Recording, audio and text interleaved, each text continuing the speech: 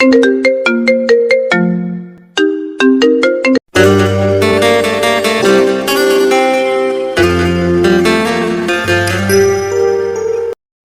নতুন ভালোবাসার গল্প পেতে আমাদের চ্যানেলটি সাবস্ক্রাইব করে পাশে থাকা বেল আইকনে ক্লিক করুন। ধন্যবাদ। হঠাৎ কারো স্পর্শে আমার ঘুমটা ভেঙে গেল। আমি অনুভব করতে পারলাম কেউ আমার ঠোঁটের সঙ্গে যুদ্ধ করছে। তখনই চোখ খুলে তাকিয়ে দেখার চেষ্টা করলাম, কিন্তু অন্ধকার রুমে কিছুই দেখা যাচ্ছে না। রুমটা অন্ধকার হলো কি করে? আমি তো লাইট জ্বালিয়ে তারপর ঘুমিয়েছিলাম। আমি কিছুতেই বুঝতে পারছি না কে আমার সঙ্গে এসব কিছু করছে। তাই আমি নিজেকে প্রাণপণ চেষ্টা করছিলাম। তখনই শুনতে পেলাম, এই কি হয়েছে তোমার? এরকম করছো কেন? এতদিন তো তুমি সবসময় নিজেকে আমার থেকে দূরে দূরে রাখার চেষ্টা করতে।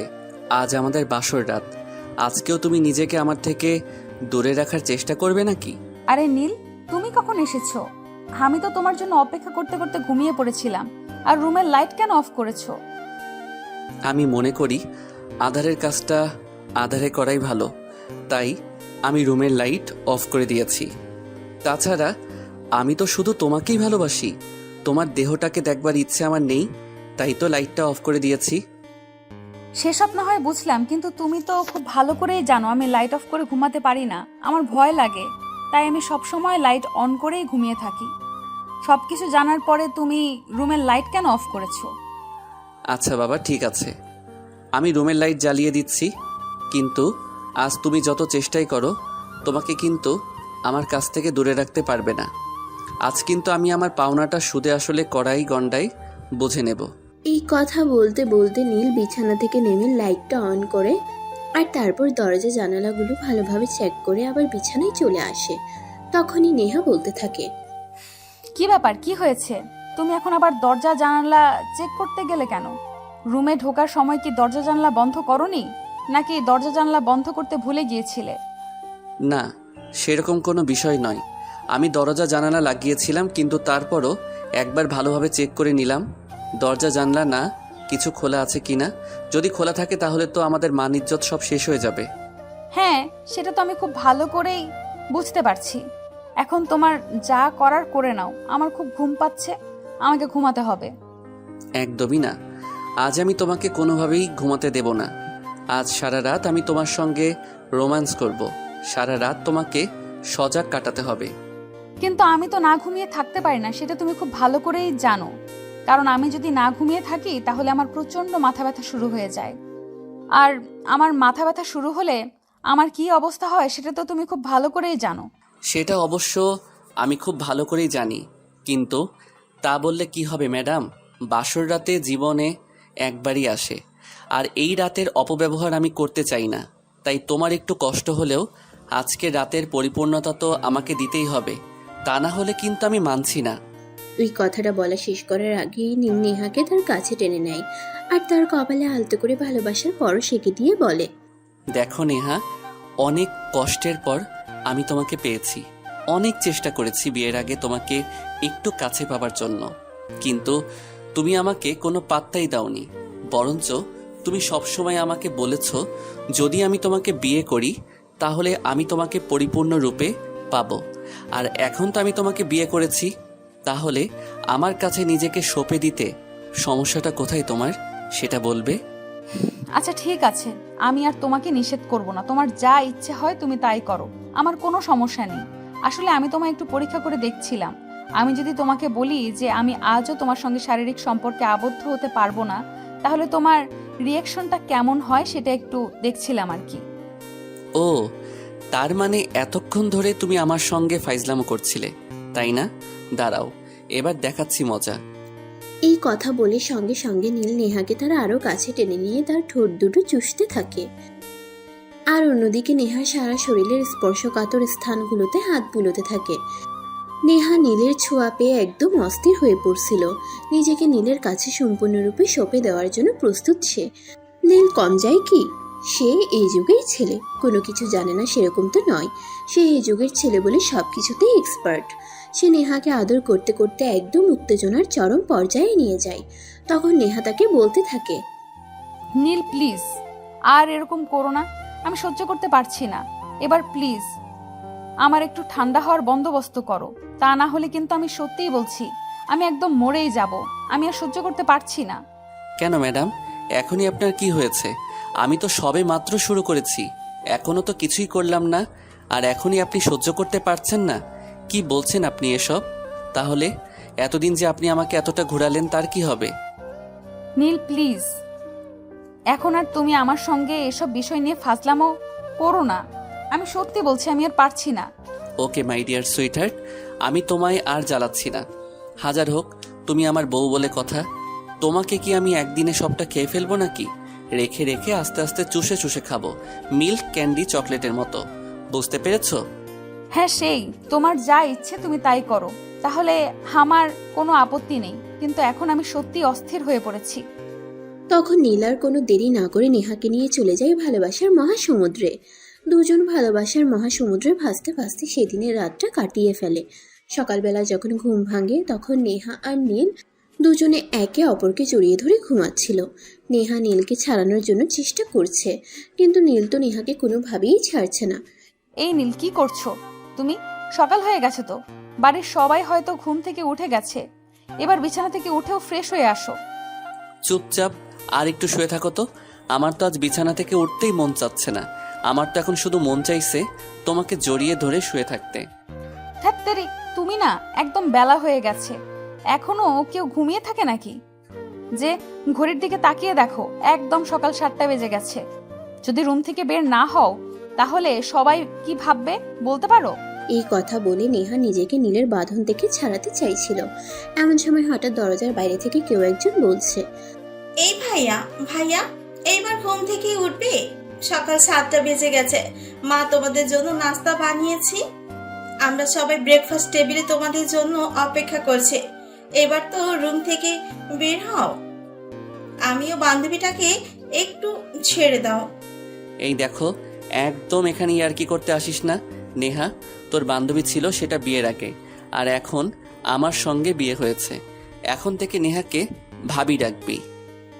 সে আমার জানতে ইচ্ছে হয়, আমি তাই রাখবো, কিন্তু তুই এখন রুম থেকে বের হও। তাছাড়া বাবা তোদের দুজনকে কিছু বলবে, সেই জন্য ড্রয়িং রুমে বসে আছে। তাড়াতাড়ি আয় বলছি, তা না হলে কিন্তু আমরা সবাই মিলে তোদের রুমের দরজা ভেঙে ভিতরে ঢুকে যাব বলে দিলাম। তখন নীল আর নেহা কোনো উপায়ান্তর না দেখে বিছানা থেকে নামে আর দুজনে একসঙ্গে ওয়াশরুমে ঢুকে যায়।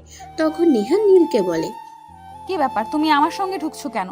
এখন ওয়াশরুম থেকে বের হও, আমি আগে ফ্রেশ হব, তারপর তুমি ওয়াশরুমে ঢুকবে। একদমই না। তুমি লজ্জা পাচ্ছ তাই তো, কিন্তু লজ্জা পাওয়ার কি আছে? তুমি আমার বিয়ে করা বউ, তোমার সব কিছু দেখার অধিকার আমার রয়েছে। তাই আজ থেকে আমরা দুজন প্রতিদিন একসঙ্গেই গোসল করব। না, একদমই না, আমি তোমার সঙ্গে গোসল করতে পারবো না, আমার লজ্জা লাগবে। তুমি আমার বর, তবে কি হয়েছে? তাই বলে আমার কোনো প্রাইভেসি নেই নাকি? এই কথা বলার পরও যখন নীল ওয়াশরুম থেকে বের হচ্ছিল না, তখন নেহা নিজেই ওয়াশরুম থেকে বের হয়ে চলে যেতে চাইল।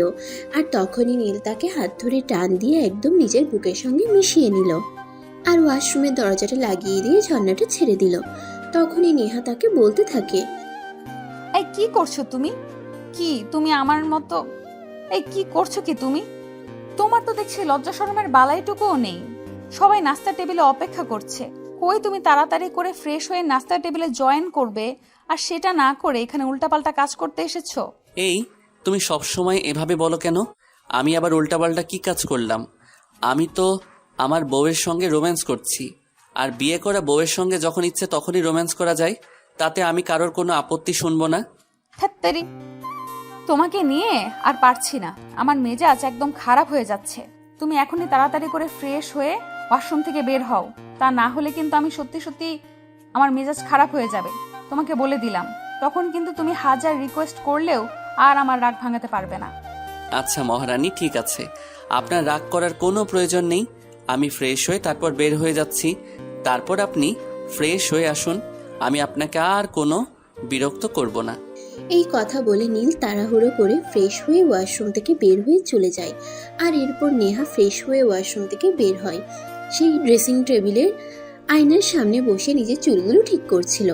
এমন সময় হঠাৎ পেছন থেকে নীল এসে তাকে জড়িয়ে ধরে বলতে থাকে, এই নেহা চল না, আর একটু আদর করি তোমায়। তোমাকে দেখলে শুধু বারবার আদর করতে মন চায়। আমি কি করব বলো? তুমি তোমার নিজের চোখ দুটোতে কাঠের চশমা লাগিয়ে রাখো, তাহলে আর আমাকে লাবণ্যময়ী রূপে দেখতে পাবে না, আর আদর করতে ইচ্ছে করবে না। বুঝতে পেরেছো? এখন সরো তো এখান থেকে। এই কথা বলে নেহা নীলকে মেঝের থেকে ধাক্কা দিয়ে ছাড়িয়ে নেয় আর চুল আঁচড়াতে থাকে। এরপর দুজনে একসঙ্গে রুম থেকে বের হয়। আর রুমের দরজা খুলতেই নিশি তাদের বলে, কি ব্যাপার বান্ধবী? ব্যাপার কি? আমি তো কিছুই বুঝতে পারছি না। আজ প্রথম দিন তুই আমার ভাইয়ের রুমে ঢুকলে, আর আজকে এত বেলা করে রুম থেকে বের হলি?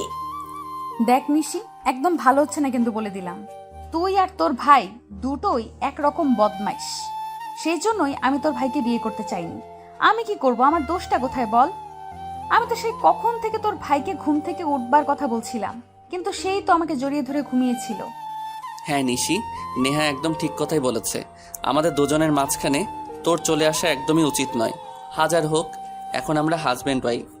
আমরা আমাদের পার্সোনাল টাইম যখন ইচ্ছে তখন কাটাতে পারি, যেভাবে ইচ্ছে সেভাবে কাটাতে পারি। সেখানে ঢোকার মতো তুই কেউ না। হ্যাঁ, আমিও তো সেটাই বলছিলাম। এখন তো আর আমি তোদের দুজনের মাঝখানে ঢুকে পড়ার মতো কেউ নই। যখন দরকার ছিল তখন আমাকে ছাড়া কিছুই বুঝতি না, আর এখন আমি পর হয়ে গেলাম। আরে বান্ধবী, তুই কথাটাকে ওভাবে নিচ্ছিস কেন? আমি কি তোকে ওভাবে কথাটা বলেছি নাকি? আমি তোকে একদমই ওভাবে কথাটা বলতে চাইনি। আসলে আমি তোকে যেটা বলতে চেয়েছি সেটা হলো, তারপর নেহা নিশিকে কিছু একটা বলতে চাইছিল, কিন্তু নিশি নেহাকে আর সেই সুযোগটা দিল না। তারপর সে নিজেই বলতে থাকলো, হয়েছে হয়েছে, এখন আর ভাব দেখাতে হবে না। আমি সব কিছুই বুঝতে পেরেছি। একটা কাজ কর, সবাই নিচে অপেক্ষা করছে নাস্তার টেবিলে যাওয়ার জন্য। নাস্তা খেয়ে আমাদের সবাইকে উদ্ধার কর। নিশির এইরকম আচরণে নেহা মনে মনে অনেকটা কষ্ট পেয়েছে, আর সে কিছুতেই ভাবতে পারছে না নিশি তার সঙ্গে এরকম আচরণ কেন করছে। নিশির সঙ্গে তো তার অনেক ভালো একটা সম্পর্ক ছিল, সেটা নীলের সঙ্গে বিয়ে হওয়ার অনেক আগে থেকে, যখন ক্লাস 9-এ পড়ে তখন থেকে। কিন্তু গতকালকেই তো নীলের সঙ্গে তার বিয়েটা হলো, তাহলে আজকেই কেন নিশি তার সঙ্গে এরকম আচরণ করছে? তাই তার মুখটা একটু কালো হয়ে গেল। তখনই নীল সেটা দেখে ফেলে আর তাকে বলে, কি ব্যাপার নেহা, কি হয়েছে? তুমি মন খারাপ করে রেখেছো কেন? নিশি তোমায় এই কথাটা বলেছে বলে? হ্যাঁ, তুমি একদম ঠিক ধরতে পেরেছো। আসলে তুমি তো খুব ভালো করেই জানো আমি সেই সঙ্গে আমার অনেক দিনের বন্ধুত্বের সম্পর্ক, এর মধ্যে আমাদের দুজনের কোনোদিন মূল্যমান্য তো দূরের কথা, কথা কাটাকাটিও হয়নি। আর আজ কিনা সেই নিশি আমার সঙ্গে এরকম আচরণ করছে। আমি তো এটা কখনোই কোনোভাবেই মেনে নিতে পারছি না। দেখো নেহা, আমি তোমাকে বলছি, তুমি একদম মন খারাপ করো না। নিশি তোমার সঙ্গে ফাইজলামো করছে। তুমি এতদিন ধরে নিশির সঙ্গে চলাফেরা করলেও যে সেই মন বুঝতে পারোনি, একটু পরেই দেখবে এসে নিজের থেকেই এসে তোমার সঙ্গে ভাব করে নেবে। কিন্তু আমার যেরকমটা মনে হচ্ছে না, কারণ আমার মনে হচ্ছে নিশি আমাকে আপন ভেবে নিতে পারেনি। সে আমাকে নিজের শত্রু মনে করছে। যখন থেকে আমি এই বাড়িতে এসেছি নিজের মুখে একটুও হাসি আমি দেখিনি। সেটা তোমার বোঝার ভুল নিশি। নিজেই তোমাকে আমার জন্য পছন্দ করে রেখেছিল। নিশি আমার একমাত্র ছোট বোন, অনেক আদরের ছোট বোন বলতে পারো। আমি ছোটবেলা থেকে নিজেকে অনেক স্নেহ করি। সেই সঙ্গে নিশিও আমাকে অনেক ভালোবাসে।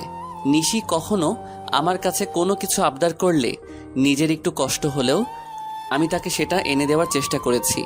আর সেই বোনটা নিজের থেকে যখন তোমাকে নিজের ভাবি হিসেবে পেতে চাইলো, তখন আর আমি তাকে না করতে পারিনি। সেটা হয়তো শুধু সময়ের জন্য ছিল, কিন্তু এখন তো তুমি দেখতেই পাচ্ছ, যখন থেকে আমি এই বাড়িতে এসেছি নিশি একটুও আমার সঙ্গে ভালো আচরণ করছে না, ভালোভাবে কথা বলছে না। কথাটা বলতে বলতে নেহা যেন একদম কেঁদেই দিয়েছিল, কিন্তু নেহাকে কাঁদবার জন্য সেই সুযোগটা না দিয়েই সেখানে নিশি এসে আবার উপস্থিত হয় আর বলতে থাকে, কি ব্যাপার ভাইয়া ভাবি, তোমরা এখনো এখানে দাঁড়িয়ে আছো কেন? আমি সেই কখন তোমাদেরকে ডাকতে এলাম, তাহলে তোমরা আসতে এত লেট করছো কেন? আসতে এত লেট হচ্ছে কেন সেই কথা তুই আমাকে কেন জিজ্ঞাসা করছিস? নেহাকে জিজ্ঞাসা করতে পারিস না? তুই একটু আগে নেহার সঙ্গে যে ব্যবহারটা করেছিস সেটার জন্য নেহা মনে মনে অনেক দুঃখ পেয়েছে। তাই তো সে এখানে দাঁড়িয়ে একদম কান্না করে দিচ্ছিল। কি বলছিস তুই? এইসব আমি তো তোদের সঙ্গে মজা করছিলাম। আর আমি নেহা, তুমি কেমন মেয়ে? এতদিন ধরে আমার সঙ্গে বন্ধুত্ব করছো আর এখনো আমাকে বুঝতে পারলে না? তুমি আমার ভাবি হও, তাই আমি তোমার সঙ্গে একটু মজা করেছিলাম। সেই জন্য তোমাকে এভাবে কেঁদে দিতে হবে নাকি? এটা কি কেউ মজা বলে না? আমি যখন থেকে এই বাড়িতে এসেছি তুমি একবারও ভালো মুখে আমার সঙ্গে কথা বলনি। সব সময় আমাকে খুঁচিয়ে খুঁচিয়ে কথা বলেছো। আমি বুঝতে পেরেছি তুমি আমাকে মেনে নিতে পারছো না। যখন তুমি বুঝতেই পারছো আমি তোমাকে মেনে নিতে পারছি না, তাহলে এখন এই বাড়িতে পড়ে আছো কেন? যে বাড়িতে তোমাকে কেউ মেনে নিতে পারে না, সে বাড়িতে তো থাকার কোনো মানেই হয় না। নিশি, তোমরা আমাকে মেনে নিতে পারবে না সেটা বিয়ের আগে বললেই তো পারতে। তাহলে তো আমি তোমার ভাইকে বিয়েটাই করতাম না। তাছাড়া তুমিও তো খুব ভালো করেই জানো যে তোমার ভাইকে বিয়ে করার সেরকম কোনো আগ্রহ পাবার কখনোই ছিল না। নিতান্ত তোমার পরিবার আমার চাচাকে অনেক জোরাজুরি করেছে বলেই কিন্তু আমার চাচা তোমাদের পরিবারে আমাকে পাঠাতে বাধ্য হয়েছে। আর তুমি তো আমার পরিবারের সম্পর্কে সবকিছুই জানো। যখন আমার পরিবার তোমার ভাইয়ের সঙ্গে আমার বিয়েটা দিয়েই দিয়েছেন, এখন যদি আমি বাড়িতে ফিরে যাই তাহলে কি আমার বাড়ির কেউ আমাকে একসেপ্ট করবে? খুবই দুঃখের ব্যাপার। আমি আসলে ভাবতেই পারছি না তোমার জন্য আমার কি করা উচিত। তুমি বাড়িতে ফিরে গেলে তোমার বাড়িতে কেউ মেনে নিবে না, তোমাকে বাড়িতে কেউ জায়গা দিবে না। তাহলে তুমি যাবে কোথায়? একটা কাজ করো, শহরের বাইরে আমাদের একটা বাংলো বাড়ি আছে, সেখানে কেউ থাকে না। তুমি কয়দিনের জন্য ওখানে চলে যাও, তারপর একটা বন্দোবস্ত করে যেখানে ইচ্ছে চলে যেও। নীল, এসব তোমার বোন কি বলছে? তুমি কি আমাকে এই প্রতিশ্রুতি দিয়ে বিয়ে করেছিলে? তোমার পরিবারের মানুষ আমাকে মেনে নিতে পারবেই না সেটা তুমি আমাকে বিয়ের আগে বললেই পারতে। তোমাকে আমি বিয়েটাই করতাম না। কেন আমার জীবনটাকে নিয়ে এইভাবে ছিনিমিনি খেলেছো? আমি তো কিছুই বুঝতে পারছি না। আল্লাহ তোমাদের দুজনের জ্বালায় আমি আর নিতে পারছি না। তোমরা দুজনে এখন দয়া করে এসব নাটক বন্ধ করো আর নাস্তার টেবিলে চলো। আর নিশি, তোকে বলছি, একদম কিন্তু এখন বাড়াবাড়ি করে ফেলেছিস। এখন যদি এই সব কিছুর পরিসমাপ্তি না ঘটাস তাহলে কিন্তু আমি মায়ের কাছে বিচার দেব। তারপর কি হবে সেটা কিন্তু তুই খুব ভালো করেই জানিস। ওকে ফাইন, ঠিক আছে, আমি আর ফাজলামো করছি না।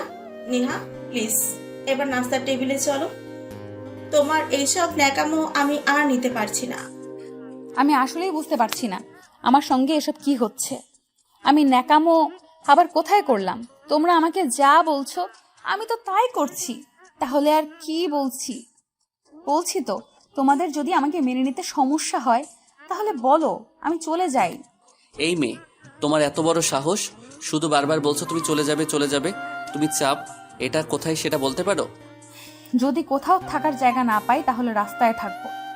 আর এখন তো অনেকেরই ভিটে বাড়ি নেই, তারা তো রাস্তায় দিন কাটায়। তাহলে আমি রাস্তায় থাকতে সমস্যাটা কোথায়? আর যদি একটা কথা বলো তাহলে কিন্তু আমি থাপড়াতে তোমার সব কটা দাঁত ফেলে দিব বলে দিলাম। এখন আর এসব ইয়ার্কি মার্কা কথাবার্তা আমি নিতে পারছি না। আর নিশি, তোকে বলছি, এসব যদি এখন তুই বন্ধ না করিস তাহলে কিন্তু তোর পিঠে কয়টা পড়বে তার কোনো গ্যারান্টি নেই। তুই আমাকে দোষ দিচ্ছিস কেন? তোর বউকে কিছু বলতে পারছিস না? তোর বউ এই যে এত ন্যাকামি করছে, তোর বউয়ের বেলায় কিছুই না, আমি করলেই যত দোষ, তাই না? এই নেহা শোন, আমি আর তোমাদের সঙ্গে কোনো কথাই বলবো না। এবার খুশি তো তোমরা? নিশি প্লিজ, আমি তোমাকে রিকোয়েস্ট করে বলছি, তুমি আমার সঙ্গে এরকম ব্যবহার করো না। তুমি আমার সঙ্গে এরকম ব্যবহার করলে এটা আমি মেনে নিতে পারবো না। দেখো, তোমরা চেয়েছিলে বলেই তোমার ভাইয়ের সঙ্গে আমার বিয়েটা হয়েছে। নয়তো যে তোমার ভাইকে বিয়েটা করার কোনো আগ্রহ আমার ছিল না সেটা তোমরা খুব ভালো করেই জানো। হ্যাঁ, আমি সব কিছুই জানি, কিন্তু তুমি যে ডুবে ডুবে জল খেয়েছো সেটা তো আমি জানতাম না। আমি তো আর কোনোভাবেই জানতাম না তুমি আগে থেকে আমার ভাইকে পছন্দ করতে, শুধু মুখে বলার অপেক্ষায় ছিলে। নিশি আর নেহা দুজনে প্লিজ চুপ করো। আমি তোমাদের এসব আর সহ্য করতে পারছি না। আমি এক্ষুনি আম্মুকে ডাক দিয়েছি। দাঁড়াও। আম্মু একবার এদিকে আসো। কি ব্যাপার নীল, কি হয়েছে? আমাকে ডাকছিস কেন? আমি তো সে কখন থেকে তোদেরকে ডাকছি নাস্তা খেতে আসার জন্য। আম্মু, আগে তুমি তোমার মেয়ে আর বৌমাকে সামলাও। আমি এদের দুজনকে সামলাতে পারছি না। আমার জাস্ট অসহ্য লাগছে। দুইটা শয়তানের হাড্ডি কোথা থেকে এক হয়েছে আমি কিছুতেই বুঝতে পারছি না। আমার মেয়ে আর আমার বৌমা কি করেছে? আমি যতদূর জানি আমার মেয়ে আর বৌমা যথেষ্ট ভালো, কিন্তু তুই এমনভাবে বলছিস যেন তারা মহাভারত শুদ্ধ করে ফেলেছে। সে তোমার মেয়ে। বৌমা মহাভারত অশুদ্ধ করেছে নাকি শুদ্ধ করেছে সেটা ওদের কাছে জিজ্ঞাসা করো না, আমাকে কেন বলছো?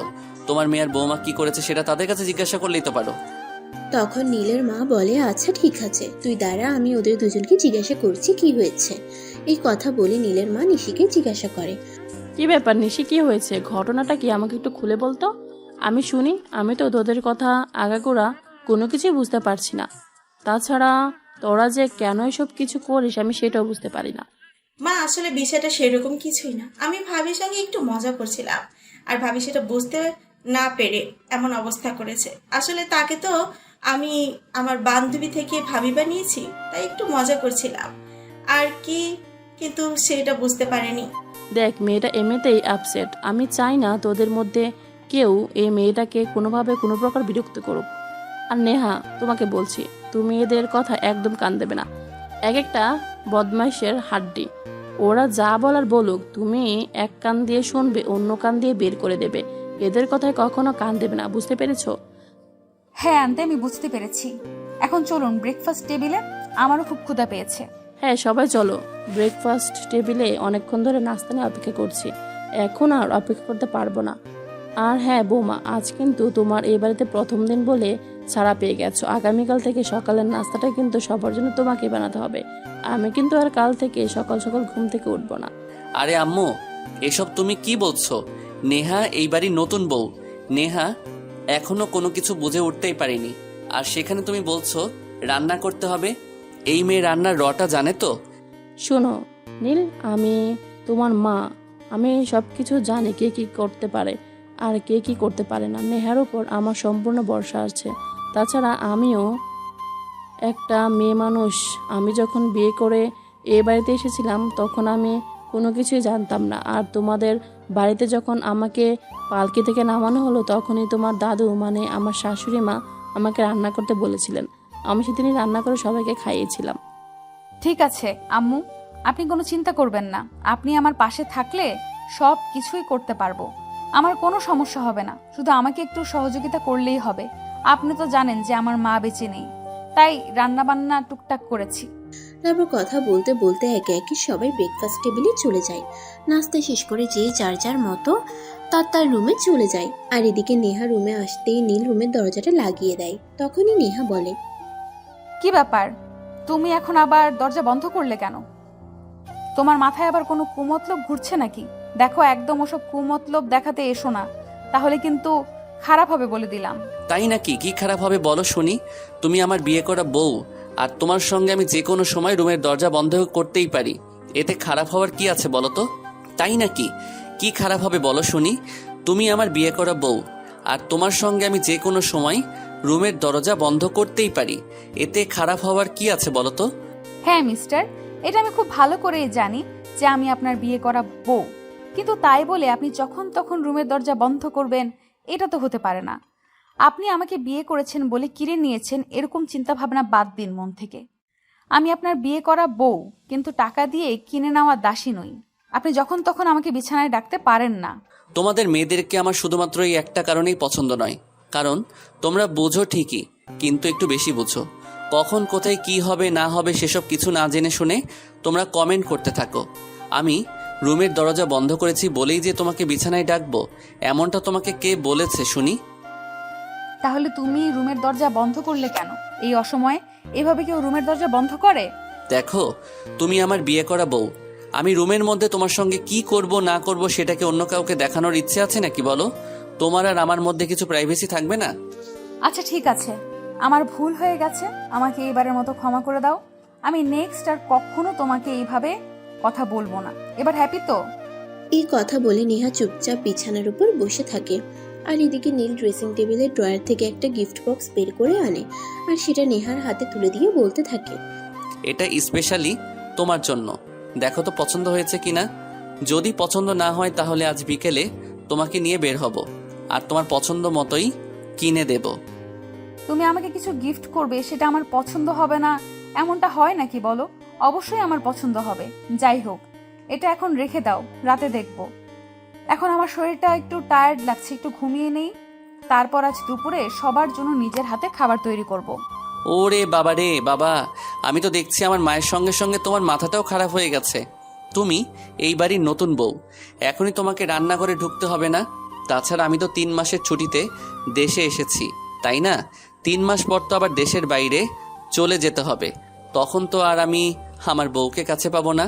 আর অলরেডি 1 মাস সময় চলে গেছে। বাকি যে কয়দিন আমি বাংলাদেশে আছি এই কয়দিন তোমাকে আমার কাছাকাছি থাকতে হবে।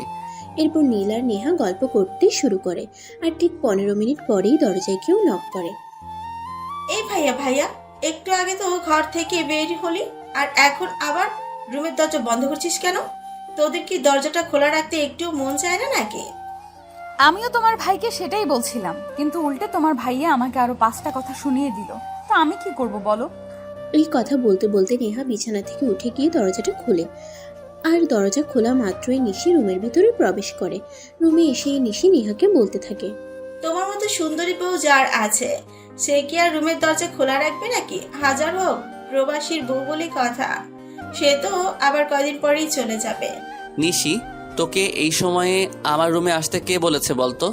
তোর কি আক্কেল জ্ঞান বলতে কোনোদিনও কোনো কিছু হবে না, নাকি তুই আমাকে জ্বালাতন করবার জন্যই এই সব কিছু করিস বলতো? তুই আমার বান্ধবীকে নিয়ে রুমের মধ্যে রোম্যান্স করবি, আর আমি কি দূরে বসে থাকবো নাকি? আমাকে একটা বিয়ে দিচ্ছিস না কেন? আমাকে বিয়ে দিয়ে দিলেই তো। আর আমি তোদেরকে বিরক্ত করতে আসি না, তাই না? ও তাই নাকি ম্যাডাম? আপনারও বুঝি এবার বিয়ে করার সবচেয়ে গেছে। একদম চর মেরে সব কটা দাঁত ফেলে দিব। এক্ষুনি আমার রুম থেকে বের হওয়ার, চুপচাপ নিজের রুমে গিয়ে পড়তে বসো। নিজে বিয়ে করে বউকে নিয়ে রোম্যান্স করতে পারবে, সেখানে কোনো সমস্যা নেই। কিন্তু যে না আমি বললাম আমাকে বিয়ে দিতে, অমনি ওনার সমস্ত সমস্যা এসে হাজির হয়ে গেল। উনি আমার দাঁত ফেলে দিচ্ছেন। এরে বাবা রে বাবা। নিশি বোন আমার, তুমি কোনো চিন্তা করো না। ওই যে তোমার 36 নাম্বার বয়ফ্রেন্ড আছে না, ওর সঙ্গে আমি কালকেই কথা বলবো আর তোমার বিয়ের বন্দোবস্ত করব। এই কথা শোনা মাত্রই তো নীলের মাথায় তো একদম চক্কর দেওয়ার মতো অবস্থা, কারণ সে আজ পর্যন্ত একটা প্রেমও করলো না, আর সেখানে 36 নাম্বার বয়ফ্রেন্ড। নেহা কি এই কথাটা তার সঙ্গে মজা করে বলছে, নাকি এক্কা আলা বাস দেওয়ার জন্য বলছে? এই কথাটা কোনোভাবেই নিশি বুঝতে পারছে না, তাই নিশি নেহাকে বলল, আচ্ছা নেহা, একটা কথা বলো তো, আমি কিন্তু তোমার কথাটা কোনোভাবেই বুঝতে পারছি না। তুমি আমার 36 নাম্বার বয়ফ্রেন্ড বলতে কি বোঝাতে চাইছো? বয়ফ্রেন্ড মানে বয়ফ্রেন্ডের কথা বলছি। আমি কেন? তুমি কি তোমার বয়ফ্রেন্ড সম্পর্কে অবগত নও নাকি? প্রেম করতে পারো তখন কোনো সমস্যা নেই, আর বিয়ে করতে গেলে যত সমস্যা। যখন প্রেম করে ওই মানুষটাকে বিয়েই করতে পারবে না, তাহলে প্রেম করতে যাও কেন বলো তো? নেহা প্লিজ এবার বন্ধ করো, আমার কিন্তু এখন আর ভালো লাগছে না। তুমি এভাবে আমাকে পচাচ্ছ কেন? তুমি খুব ভালো করেই জানো আমার কোনো বয়ফ্রেন্ড নেই, সেখানে তুমি 36 নম্বর বয়ফ্রেন্ড কোথা থেকে জোটাচ্ছ? আমি সেটাই বুঝতে পারছি না। তখন নেহা বলতে থাকে, সকালবেলা তুমি আমার সঙ্গে যেটা করলে আমিও তোমার সঙ্গে সেটাই করলাম। আপন মানুষের সঙ্গে করলে সেটা মজা লাগে, আর নিজের বেলায় করলে সেটা কলিজায় আলাদা লাগে, তাই না? আচ্ছা ঠিক আছে, এখন তুমি কি বলতে এসেছিলে সেটাই বলো, আর তোমার বিয়ে বন্ধ অবস্থায় যত দ্রুত সম্ভব দেখছি করব। নেহা, তুমি আমার সঙ্গে এরকমটা করবে এটা আমার কল্পনাতেও ছিল না। আমি ভাবতে পারিনি তুমি আমার মাথায় এত চিন্তা নিয়ে ঘুমাও কি করে। যাই হোক, আমি এমনিতেই এসেছিলাম, আসলে বাড়ির সকল মেহমান চলে গেছে তো, তাই একা একা ভালো লাগছিল না। শোনো, একটা কাজ করি, বিকেলে আমরা সবাই কোথাও থেকে ঘুরে আসি, তাহলে সবারই ভালো লাগবে। আর সেখানে কিন্তু আমরা পরিবারের সবাই মিলে যাচ্ছি, কোথাও ঘুরতে বা রেস্টুরেন্টে খেতে, যেটাই হোক না কেন। তুমি কি তোমার নিজের পায়ে নিজেই কুড়ুল মারতে চাইছো, নাকি আমি তো সেটাই বুঝতে পারছি না। তুমি খুব ভালো করেই জানো পরিবারের সকল মেম্বার তোমাকে একসেপ্ট করতে পারেনি, আর সেখানে তুমি কিনা পরিবারের সকল মেম্বারকে নিয়ে কোথাও ঘুরতে যাবে বলে চিন্তা করছো। হ্যাঁ নিশি, তুই একদম ঠিক কথাই বলেছিস। ছোট কাকিমা কেন জানো নেহাকে অ্যাকসেপ্ট করতে পারছে না, আমি সেটাই বুঝতে পারছি না ওনার সমস্যাটা কোথায়। হ্যাঁ, আমিও সেটাই বুঝতে পারছি না ছোট কাকিমা কেন যে নেহাকে অ্যাকসেপ্ট করতে পারছে না। আমার মা আমাদের পরিবার যেখানে নেহাকে সানন্দে অ্যাকসেপ্ট করে নিয়েছে, সেখানে উনি কি বোঝাতে চাইছেন? দেখো, এটা তো নতুন কিছু নয়। আমি যেদিন থেকে নিজের সঙ্গে বন্ধুত্ব করেছি, যেদিন থেকে এই বাড়িতে আসা শুরু করেছি, সেদিন থেকেই উনি আমাকে একদমই সহ্য করতে পারেন না। উনি আমাকে নিজের প্রতিদ্বন্দ্বী মনে করেন, আর সেটার পেছনে যথেষ্ট কারণ রয়েছে। তোমরা সবাই খুব ভালো করেই জানো ওনার একটা বোনের মেয়ে রয়েছে, যেটাকে নীলের সঙ্গে বিয়ে দেওয়ার চিন্তা করেছিলেন। কিন্তু আমার সঙ্গে নিজের বিয়েটা হয়ে যাওয়াতে খুব বড় একটা প্রবলেম হয়ে গেল, যার কারণে উনি ওনার বোনের মেয়েকে নীলের সঙ্গে বিয়ে দিতে পারলেন না। শোনো, পরিবারের সবাই মেনে নিলেও আমি ওই বিয়েটা কোনোদিনই মেনে নিতাম না, কারণ এই মেয়েটাকে ছোটবেলা থেকে আমি একদম পছন্দ করি না। মেয়েটা সবসময় কেমন যেন একটা উদ্ভট টাইপের, সবসময় শুধু নিজের বিষয়টাই চিন্তা করে, অন্য কারোর ক্ষতি হয়ে গেলেও সেটা দেখার প্রয়োজন মনে করে না। তাই দুনিয়া উল্টে গেলেও ওই মেয়েকে আমি কোনোদিনই আমার ভাইয়ের বউ হিসাবে মেনে নিতাম না। হ্যাঁ নিশি, তুই একদম ঠিক কথাই বলেছিস। এই মেয়েকে আর যাই হোক বাড়ির বউ বানানো যায় না। যাই হোক নেহা, তুমি এই বিষয়ে কোনো চিন্তা করো না। যেখানে আমি আমার পরিবার তোমাকে পছন্দ করে এই বাড়িতে নিয়ে এসেছি, সেখানে আমরা ওনার কোনো সমস্যাকে কেন বড় করে দেখব বলো তো? ওনার যা ইচ্ছে উনি তাই করুক, তুমি সেদিকে ফিরেও তাকাবে না, তাহলেই সব সমস্যার সমাধান হয়ে যাবে। তারপর নীল, নেহা আর নিশি তিনজনে বসে গল্প করতে থাকে। এদিকে দেখতে দেখতে দুপুর হয়ে এলো। নেহা রুম থেকে বের হয়ে রান্নাঘরে চলে যায় রান্না করার জন্য। তার শাশুড়ি মা রান্না করছিল আর সে তার শাশুড়ি মাকে রান্নার কাজে সহযোগিতা করছিল। তখনই তার ছোট কাকি শাশুড়ি রান্নাঘরে আসে। কি ব্যাপার বড় আপু, তুমি রান্নাঘরে কি করছো? তোমার ছেলে বিয়ে করেছে, এখন থেকে রান্না বান্না সব কাজ তোমার ছেলের বউ করবে, তাহলে তুমি রান্না করছো কেন? হ্যাঁ, সেটা তোমাকে বলে দিতে হবে না, আমি খুব ভালো করে জানি। আমার ছেলে বিয়ে করে আমার জন্য পুত্রবধূ নিয়ে এসেছে, বাড়ির চাকরানি নিয়ে আসেনি যাকে দিয়ে আমি আমার বাড়ির সমস্ত কাজ করাবো। তাছাড়া সে আমার বাড়ির নতুন বউ, তাকে দিয়ে এখনই আমাকে কেন সব কাজ করাতে হবে বল? তোমাদের বাপু ভালো কথা বলতে নেই, কারণ তোমরা ভালো কথাটা কখনোই বুঝবে না।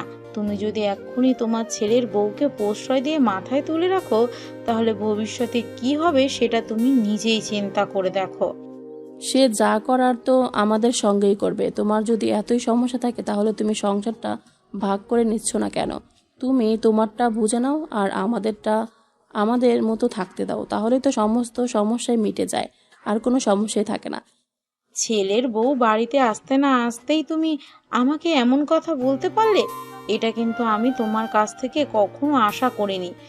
আমি সবসময় তোমাকে নিজের বড় বোনের মতো দেখতাম, কিন্তু আজ তুমি আমার সঙ্গে যেটা করলে, তুমি বুঝিয়ে দিলে পর কখনো আপন হয় না।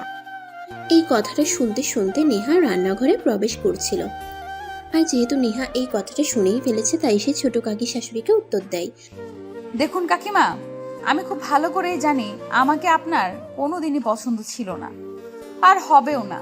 তবে তাই বলে আপনি আমার শাশুড়ি সব সময় কান মন্ত্র দিয়ে যাবেন, এটা তো হতে পারে না। কারণ এখন আমি এই বাড়ির বউ। আপনার এই বাড়িতে যতটুকু অধিকার রয়েছে, আমারও ঠিক ততটুকুই অধিকার রয়েছে। তাই আপনি চাইলেই আমার নামে এইভাবে বদনাম করতে পারেন না।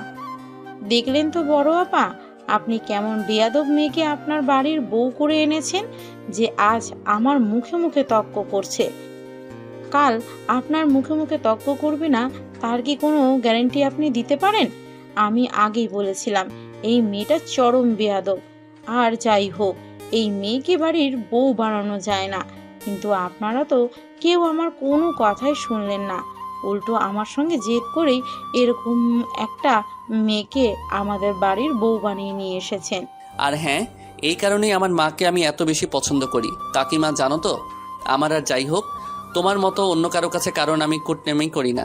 যাই হোক কাকিমা, তোমাকে একটা কথা স্পষ্ট জানিয়ে দিচ্ছি, আজকের পর যদি তুমি কখনো নেহার পিছনে লাগতে আসো, তাহলে কিন্তু আমি ছোট কাকার কাছে তোমার নামে বিচার দিব, এটা বলে দিলাম। কারণ তোমার এসব ব্যবহার ইদানিং আমি আর সহ্য করতে পারছি না। মেয়েটার সঙ্গে থেকে থেকে তো দেখছি তুমিও বড্ড বেয়াদব হয়ে যাচ্ছ। তুমি তোমার কাকিমার সঙ্গে কথা বলছো, সেটা তুমি একদম ভুলেই যাচ্ছ। তুমি তো এর আগে কখনো তোমার কাকিমার সঙ্গে এইভাবে কথা বলতে না। হ্যাঁ, বলতাম না, কারণ এর আগে কখনো আমি আমার কাকিমার আসল রূপটা দেখতে পাইনি, তাই। আর যদি আরো আগেই আমি আমার কাকিমার আসল রূপটা দেখতে পেতাম, তাহলে হয়তো আরো আগেই আমি আমার কাকিমার কাছে চরম বেয়াদব হয়ে উঠতাম। যাই হোক কাকিমা, এই আমি তোমাকে শেষবারের মতো বলে দিয়েছি, তুমি কিন্তু নেহার পেছনে আর লাগতে আসবে না। কিন্তু কে শুনে কার কথা? যার একমাত্র কাজই ছিল কুটনামি করা, সে কি আর কুটনামি না করে থাকতে পারবে? এই মহিলা সেই শুরু থেকে, যেদিন থেকে নেহা এই বাড়িতে যাতায়াত শুরু করেছে, সেদিন থেকেই নেহাকে সে সহ্য করতে পারে না। কারণ নেহা স্পষ্টভাষী অন্যায়ের প্রতিবাদী, এটাই একমাত্র সমস্যা। যাই হোক ভিউয়ার্স, আমরা সেদিকে পা না বাড়িয়ে চলুন একটু ফ্ল্যাশব্যাক থেকে ঘুরে আসি আর সমস্যাটা আপনাদের সঙ্গে ক্লিয়ার করি। নেহা আর নিশি দুজনে খুব ভালো বন্ধু। পড়াশোনা থেকে শুরু করে যাবতীয় বিষয়ে একে অপরকে সহযোগিতা করে। এভাবেই চলতে থাকে তাদের দিন। হঠাৎ একদিন নিশি খুব অসুস্থ হয়ে পড়ে। সেই কারণে নেহা তার খোঁজ নিতে তাদের বাড়িতে আসে। দরজার সামনে দাঁড়িয়ে কলিং বেল চাপ দেওয়ার পর নিশির আম্মু দরজা খুলে দেয় আর নেহাকে দেখেই বলে, কি ব্যাপার মামুনি, তোমাকে তো চিনলাম না, কে তুমি? আন্টি, আমাকে আপনি চিনবেন না, আমি নিশির বন্ধু। নিশি কোথায়? ও আজ কলেজে যায়নি কেন? ও, তুমি নিজের বন্ধু। আসলে নিশি শরীরটা খুব খারাপ, জ্বর এসেছে গতকাল রাত থেকে, তাই ও আজ কলেজে যায়নি। তুমি ভিতরে এসে বসো। তখন আর কোনো কথা না বলে নিশির মাকে অনুসরণ করতে করতে ভিতরে আসে আর ড্রয়িং রুমে বসে। তখনই নিশির কাকি সেখানে আসে। নেহাকে দেখিয়ে তিনি বলতে থাকেন, এই মেয়ে, কে তুমি? তোমাকে তো এর আগে কোনোদিন আমাদের বাড়িতে দেখিনি। আসসালামু আলাইকুম, আমি নেহা, আমি নিশির বন্ধু। নিশি আজ কলেজে যায়নি, সেজন্য খোঁজ নিতে এসেছি। মানুষের কোনো সমস্যা থাকতেই পারে, আর সমস্যা থাকলে কেউ কলেজে যায় না, সেজন্য আবার বাড়িতে চলে আসতে হয় নাকি? ছোট, এসব কি হচ্ছে? মেয়েটা নিশির বন্ধু, নিশি কলেজে যায়নি বলে নিশির খোঁজ নিতে এসেছে, তাই বলে তুই মেয়েটার সঙ্গে এরকম ব্যবহার করতে পারিস না। তার মানে তুমি কি বলতে চাইছো আমি মেয়েটার সঙ্গে খারাপ ব্যবহার করছি? মোটেও না। আমরাও স্কুল কলেজ লাইফ পেরিয়ে এসেছি, আমাদের বন্ধু বান্ধব ছিল, কিন্তু তাই বলে কোনোদিনও আমাদের বন্ধু যদি স্কুল কলেজে না যেত, তাহলে হুট করে এভাবে পারমিশন ছাড়া তার বাড়িতে চলে যেতাম না। শোন ছোট, তখন সময়টা ছিল আর এখন অন্য একটা সময় এসেছে, তাই আমি তোকে রিকোয়েস্ট করে বলছি তুই মেয়েটার সঙ্গে এরকম আচরণ করিস না। আর নেহা, তোমাকে বলছি তুমি ওনার কথা কিছু মনে করো না, উনি বরাবরই এরকম, কার সাথে কেমন ব্যবহার করতে হয় সেটা জানেন না। তুমি আমার সঙ্গে চলো, আমি তোমাকে নিশির রুমে নিয়ে যাচ্ছি। তখন নেহা আর কোনো কথা না বলে চুপচাপ নিশির মায়ের পেছনে পেছনে নিশির রুমে চলে আসে। নেহাকে দেখেই তো নিশি লাফ দিয়ে বিছানা থেকে উঠে বসে বলতে থাকে, আরে দোস্ত, তুই আমার বাড়িতে চলে আসলে কিভাবে? আমি তো কোনোদিন তোকে আমার বাড়ির ঠিকানাই দেইনি, তাহলে চিনলি কিভাবে? বুঝি না বাপু, এই মেয়ের পা কত লম্বা, আর এই মেয়ের মা বাবা কেমন? এত বড় একটা মেয়েকে এলাকায় ছেড়ে দিয়েছে ঘুরে বেড়ানোর জন্য। কাকিমা, তোমাকে এখানে আসার কথা কে বলেছে? সে আমার বন্ধু, আমার সঙ্গে দেখা করতে আসতেই পারে, তাতে তোমার কোনো সমস্যা থাকার কত কথা নয়। তাহলে তুমি তার সঙ্গে এরকম ব্যবহার কেন করছো? নিশি, তুই এখনো অনেক ছোট, তাই আমি আশা করব তুই বড়দের মুখে মুখে কোনো কথা বলবি না, আর আমাদের সঙ্গে তো একদমই বড় বড় কথা বলবি না, কারণ আমি তোর কাকিমা হই। আমার সঙ্গে ভদ্রভাবে কথা বলবি। হ্যাঁ সেটাই, তুমি আমার কাকিমা বলি এখনো এখানে দাঁড়িয়ে এত বড় বড় কথা বলতে পারছো। তুমি যদি আমার কাকিমা না হয়ে অন্য কেউ হতে, তাহলে এতক্ষণে আমি ঘাট ধাক্কা দিয়ে আমার রুম থেকে বের করে দিতাম, আমার বন্ধুর সঙ্গে খারাপ ব্যবহার করার কারণে। তখন নিশির কাকিমা মুখটা ভার করে সেখান থেকে চলে যায়। এটা দেখে নেহা বলতে থাকে, নিশি, উনি তোর কাকিমা হয়, তুই ওনার সঙ্গে এরকম খারাপ আচরণ কেন করলি বলতো? আমি তো একটু পরেই চলে যাব, উনি তো তোদের বাড়িতে থাকবেন, তাই আমার মনে হয় তুই কাজটা ঠিক করিসনি। যোগ্য পাত্রের যোগ্য জবাব দিয়েছি বলেই ভুল করেছি নাকি? শোন, আমার কাকিমা বরাবরই এরকম, উনি ভালো মানুষদের একদমই সহ্য করতে পারে না, তাই আজকে আমার মেজাজটা খারাপ হয়ে গেছিল, সেই জন্যই ওনাকে আমি খটখট উত্তর দিয়েছি। যাই হোক নিশি, এখন এইসব কিছু বাদ দে, এখন বল তোর শরীর কেমন আছে? তুই কলেজে যাসনি, সেই জন্যই আমার খুব টেনশন হচ্ছিল। আমি তোদের এলাকার অনেকের কাছ থেকে খোঁজ নিয়ে তারপর এখানে এসেছি। আমি তো ভেবেছিলাম হয়তো তোদের বাড়ি খুঁজেই পাবো না। তোকে তো আগেই বলেছিলাম আমাদের এলাকায় আমাদের বাড়ির সবাই এক নামে চেনে। কখনো কোনো সমস্যার পড়লে তুই নিজের থেকে আসতে পারবি, কোনো প্রবলেম হবে না। কখনো কোনো সমস্যায় পড়লে তুই নিজের থেকে আসতে পারবি, কোনো প্রবলেম হবে না। যাই হোক, আমার শরীরের কথা বলি। এখন এতক্ষণ তো একা একা খুব খারাপ লাগছিল, কিন্তু এখন তোকে দেখে আমার শরীর একদম চাঙ্গা হয়ে গেছে। আচ্ছা যাই হোক, শোন, সন্ধ্যা হয়ে যাচ্ছে, আমাকে বাসায় ফিরতে হবে। তা না হলে আমার কাকির চরিত্র তো জানিস, আজে বাজে কথা বলা শুরু করবে। সেই সব কথা আমার আবার সহ্য হয় না। আমি আসছি তাহলে। হ্যাঁ, আসলেই তো আমার তো এটা খেয়ালই ছিল না। আগামীকালকে শরীরটা ভালো লাগে, তাহলে তো কলেজ যাব, সেখানেই তোর সঙ্গে দেখা হবে। নিশির কাছ থেকে বিদায় নিয়ে ওখান থেকে বের হয়ে আসতে চাইছিল, এমন সময় নিশির মা সেখানে এসে উপস্থিত হয়। আর নেহা চলে যাচ্ছে এটা দেখে উনি বলতে থাকেন, কি ব্যাপার মামুনি, তুমি তো একটু আগে এলে আর এখন চলে যাচ্ছ কেন? আমি তো তোমার জন্য নাস্তা বানাচ্ছি, তুমি নাস্তা খেয়ে তারপর যাবে। না আন্টি, সেটা আজকে আর হবে না। আমি অন্য কোনো দিন আসবো।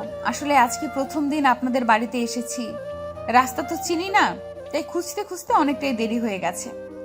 আমাকে আবার সন্ধ্যার আগেই বাড়িতে ফিরতে হবে। হ্যাঁ, মনে হয় একদমই ঠিক কথাই বলছে। আসলে আমার কাকিমার মতো ওর বাড়িতে ওর একটা কাকিমা আছে, ওর বাবা মা বেঁচে নেই, তাই কাকার কাছেই থাকে। আর যদি ফিরতে সন্ধ্যা হয় তাহলে তো ওকে অনেক বকাবকি করবে। সন্ধ্যা হবে না, সন্ধ্যার আগে তোমাকে বাড়ি পৌঁছে দেওয়ার দায়িত্ব আমার, কিন্তু তুমি নাস্তা না করে যেতে পারবে না। তুমি আমার মেয়ের বন্ধু বলে কথা, আজ প্রথম দিন আমাদের বাড়িতে এসেছো আর কিছু না খেয়ে চলে যাবে? এটা তো হতেই পারে না। তুমি জাস্ট 10 মিনিট ওয়েট করো, 10 মিনিটের মধ্যে আমি নিয়ে আসছি। এই কথা বলে নিশির আম্মু নিশির রুম থেকে বের হয়ে কিচেনে চলে যান। তারপর কিছুক্ষণ পর নেহার জন্য নাস্তা নিয়ে রুমে আসেন। নিশি আর নেহা দুজনে একসঙ্গে নাস্তাটা সেরে নেয়। আর এদিকে নাস্তা শেষ হলে নেহা নিশির মাকে বলে, আন্টি, আমি তো আপনার কথা রাখলাম, আর এদিকে দেখতে দেখতে সন্ধ্যা হয়ে আসছে। এখন আমি বাড়ি ফিরবো কিভাবে সেটা বলেন তো? সে ব্যবস্থা আমি আগেই করে রেখেছি, সে নিয়ে তোমাকে চিন্তা করতে হবে না। তুমি নিচে এসো, আমি আমার ছেলেকে বলে রেখেছি, সে তোমাকে বাইকে করে তোমার বাড়িতে পৌঁছে দিয়ে আসবে। তারপর নেহা নিশির কাছ থেকে বিদায় নিয়ে নিচে চলে আসে। আর নিচে এসে দেখতে পায় নিশির বড় ভাই সেখানে বসে আছেন, বসে বসে মোবাইল টিপাটিপি করছে। এমন সময় নিশির মা নিশির বড় ভাইকে বলেন, নীল, তুমি এখনই নেহাকে তার বাড়িতে পৌঁছে দিয়ে আসো, একদম সন্ধ্যার আগেই পৌঁছে দেবে কিন্তু। মায়ের কথা শুনে নীল মাথা তুলে তাকায়। আর চোখের সামনে নেহাকে দেখতে পেয়ে সে যেন একদম স্তব্ধ হয়ে যায়, কারণ নেহা এতটাই সুন্দরী ছিল। শুধু নীল কেন, পৃথিবীর যে কোনো ছেলে নেহাকে দেখলে প্রথম দেখাতেই প্রেমে পড়ে যাবে, এরকম একটা অবস্থা। সেজন্য নীল হা করে নেহার দিকে তাকিয়েছিল। নীলের এভাবে তাকিয়ে থাকাটা তার মায়ের চোখ এড়াতে পারে নাই, তাই তার মা বলে, নীল, তোমাকে আমি কিছু বলছি, আমি তোমাকে বলছি নেহাকে তার বাড়িতে পৌঁছে দিয়ে আসবে। হ্যাঁ আম্মু, আমি যাচ্ছি, এক্ষুনি যাচ্ছি। আমি নেহাকে তার বাড়িতে পৌঁছে দিয়ে তারপরে বাড়ি আসবো। তোমাকে কোনো চিন্তা করতে হবে না নেহা, প্লিজ আমার সঙ্গে চলুন। তখন নেহা আর কোনো কথা না বলে নীলকে অনুসরণ করতে থাকে। বাড়ির বাইরে এসে নীল বাইক স্টার্ট করে আর নেহাকে পেছনে বসতে বলে। নেহা পিছনে বসে একটু দূরেই নিজেকে রেখেছিল। তখন নীল বলে, আরে ম্যাডাম, আপনি এত দূরে বসেছেন কেন? আমাকে একটু ধরে বসুন, তা না হলে রাস্তাঘাটের যে অবস্থা, আপনি পড়ে যাবেন তো। তখন তো আবার আপনার কোমর ভেঙে গেলে আমাকে সমস্যায় করতে হবে। না, সেরকম কিছুই হবে না। আপনি বাইক চালান, আমি নিজেকে সেফ রাখতে পারবো। আমাকে নিয়ে আপনার কোনো চিন্তা করতে হবে না। আপনি যত দ্রুত সম্ভব আমাকে শুধু বাড়িতে পৌঁছে দিন, তাহলেই হবে। আমার অন্য কিচ্ছু লাগবে না। নীল বুঝতে পারলো নেহা একটু আনইজি ফিল করছে, তাই সে নেহাকে আর কিছুই বললো না, বাইক চালাতে থাকলো। রাস্তার মাঝে হঠাৎ একটা ম্যানহোলের ঢাকনার সঙ্গে ধাক্কা লেগে যায়। আর তখনই নেহা একদম ছিটকে পড়ে যাচ্ছিল। তখনই নীল বলতে থাকে, কি ব্যাপার ম্যাডাম, আমি যে তখন আপনাকে বললাম আমাকে ধরে বসুন, ধাক্কা খেয়ে পড়ে যাবেন, কিন্তু তখন তো আপনি আমার কোনো কথাই শুনলেন না। এখন তো আরেকটু হলে পড়ে যাচ্ছিলেন, তখন কাকে দোষ দিতেন?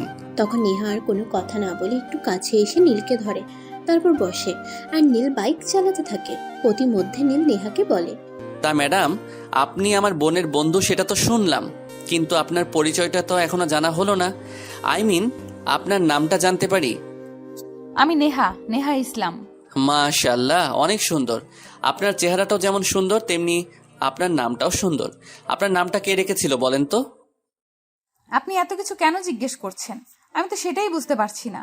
আমার নাম কে রেখেছিল না রেখেছিল সেটা জেনে আপনার কি লাভ, বলেন তো শুনি। আপনি এমন কেন বলেন তো?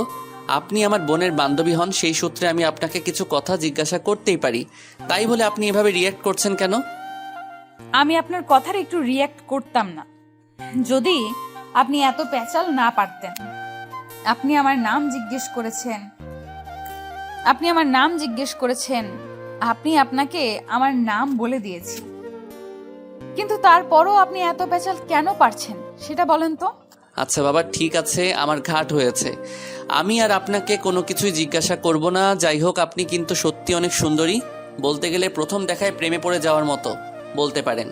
এই যে মিস্টার, দেখুন এখন কিন্তু একদম বাড়াবাড়ি হয়ে যাচ্ছে বলে দিলাম। আপনি কিন্তু একদম ধৈর্যের সীমা ছাড়িয়ে যাচ্ছেন। আমি কিন্তু এখন লাফ মেরে বাইক থেকে নেমে যাব বলে দিলাম। আরে ম্যাডাম, আপনার কি মাথা খারাপ হয়ে গেছে নাকি? আপনি যদি এখন লাফ দিয়ে বাইক থেকে নেমে পড়েন তাহলে তার পরিণাম কি হবে সেটা আপনি জানেন। নির্ঘাত একটা অ্যাক্সিডেন্ট, তারপর আপনার হাত পা তো ভাঙবেই, তখন আমি কি কৈফিয়ত দেব সেটা বলতে পারেন? সেই সব কিছু তো আর আমার চিন্তা করার বিষয় নেই। এই সব কিছু হলো আপনার চিন্তা করার কারণ। আপনি একটা অপরিচিত মেয়েকে এত প্রশ্ন করছেন কি করে? আমি তো সেটাই বুঝতে পারছি না। আমি তো অপরিচিত কারোর সঙ্গে কথা বলতে আনকমফোর্টেবল ফিল করি। সেটা অবশ্য ঠিক আছে, কিন্তু আমি তো আপনার এত পরিচিত কেউ নই। আমি আপনার বান্ধবীর বড় ভাই হই, সেই সূত্রে আপনার খুব কাছেরই একজন বলতে পারেন। হ্যাঁ ভাইয়া, ঠিক আছে, আমি বুঝতে পেরেছি। এখন দয়া করে আপনি গাড়িটা চালান, আমাকে যত দ্রুত সম্ভব আমার বাড়িতে পৌঁছে দিন। আমি আপনার কাছ থেকে আর কোনো অ্যাডভাইস শুনতে চাইছি না, প্লিজ। আপনি মুখটা বন্ধ করে গাড়ি চালান। তখন নীল আর কোনো কথা বলে না, চুপচাপ বাইক চালাতে থাকলো। আর কিছুক্ষণের মধ্যে নেহাদের বাড়ির সামনে এসে বাইক দাঁড়ালো। নেহা বাইক থেকে নেমে কোনো কিছু না বলেই সোজা বাড়ির ভিতরে ঢুকে গেল। এই বিষয়টা নীলের একদম বোধগম্য হলো না, কারণ সে এতটা রাস্তা জার্নি করে এসেছে, অন্তত একটা থ্যাঙ্কস বলা প্রয়োজন ছিল। নীল তখন আর সেখানে অপেক্ষা না করে বাড়িতে চলে এলো, কারণ সে বুঝতে পেরেছে আর যাই হোক এই মেয়ে কখনো পিছন ফিরে তাকাবে না। বাড়িতে এসে নীল সোজা তার বোনের রুমে চলে যায়।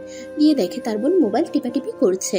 তখন সে তার বোনের পাশে বসে বেশ কিছুক্ষণ বসে থাকার পর তার বোন জিজ্ঞাসা করে, কি ব্যাপার ভাইয়া, কি হয়েছে তোর? তুই সেই কখন থেকে এখানে বসে আছিস, আমাকে কিছু বলবি নাকি? হ্যাঁ, আমি তো সেই কখন থেকে তোকে কিছু বলার জন্য এখানে বসে আছি, কিন্তু তুই তো ফোনে এতটাই নিমগ্ন আছিস যে আমি এখানে বসে আছি সেটা তোর চোখেই পড়ছে না। আসলে আমি মোবাইলে গেম খেলছিলাম, তাই তোর দিকে খেয়াল করিনি।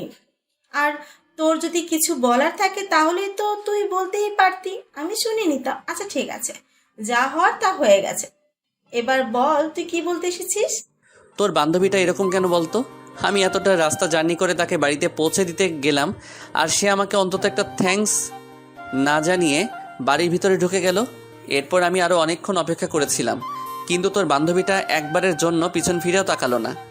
কেন রে ভাইয়া, সে তোকে থ্যাঙ্কস জানায়নি বলে এত কষ্ট পাচ্ছিস কেন? তুই কি প্রথম দেখাতেই নেহার প্রেমে পড়ে গেছিস নাকি? সে আমি বলতে পারবো না, শুধু এইটুকুই বলতে পারবো তোর বান্ধবীর চোখের জাদু আছে। সে প্রথম দেখাতে আমার মনটা কেড়ে নিয়েছে।